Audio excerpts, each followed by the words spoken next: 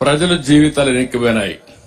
చీకటి జీవోలు, ప్రభుత్వ వ్యతిరేక విధానాలతో మీరంతా కూడా సర్వనాశనం అయిపోయాం. 5 సంవత్సరాలు నేను 45 సంవత్సరాల రాజకీయాల్లో ఉన్నాను గాని నా జీవితంలో ఏ ముఖ్యమంత్రిని చూడలేదు. ఇది ఒక విధంగా చెప్పాలంటే చీకటి రోజులు.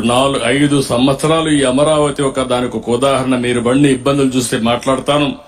మీరు బండి ఇబ్బందులైతే పగవాడికి కూడా రాకూడదు, అన్ని ఇబ్బందులు పడ్డారు. అడుగడుగునా అవమానం.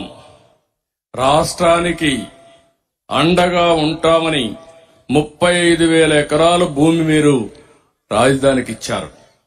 నేను కూడా మీకోసం ఒకటి ఆలోచించాను.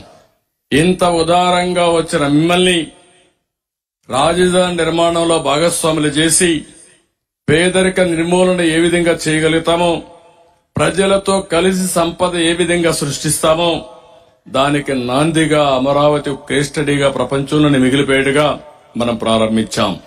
అది జరుగుంటే అదే జరిగేది, కానీ అది జరగలేదు.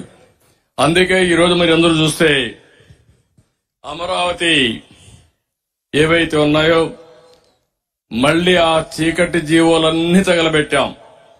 ఈరోజు నేను పవన్ కళ్యాణ్ గారు మేమిద్దరం హామీ ఇస్తున్నాం, మన రాజధాని అమరావతి. ఇది ఆంధ్రప్రదేశ్ కి సస్యశ్యామలం చేయడానికి, ఆంధ్రప్రదేశ్ కి అన్ని విధాల ప్రజా రాజధానిగా ఉపాధి అవకాశాలు గాని, ఇంకో పక్క సంపద సృష్టించే కేంద్రం గాని, ఇక్కడి నుంచే ప్రజలకు మళ్లా సంక్షేమ కార్యక్రమాలు అందించే విధంగా పేదల పరిపాలన ఇక్కడి నుంచే ప్రారంభం అవుతుంది. దాని గురించి మీకు అనుమానమే అవసరం లేదు. ఈరోజు ఇది ఒక దేవతల రాజధానిది. అలాంటి దేవతల రాజధానిని రాక్షసులు చెరబట్టారు. ఇప్పుడు రాక్షస వధ కూడా అయిపోయింది, సైకో వధ కూడా అయిపోతుంది. తొందరలో కౌంట్ డౌన్ కూడా ప్రారంభమైంది.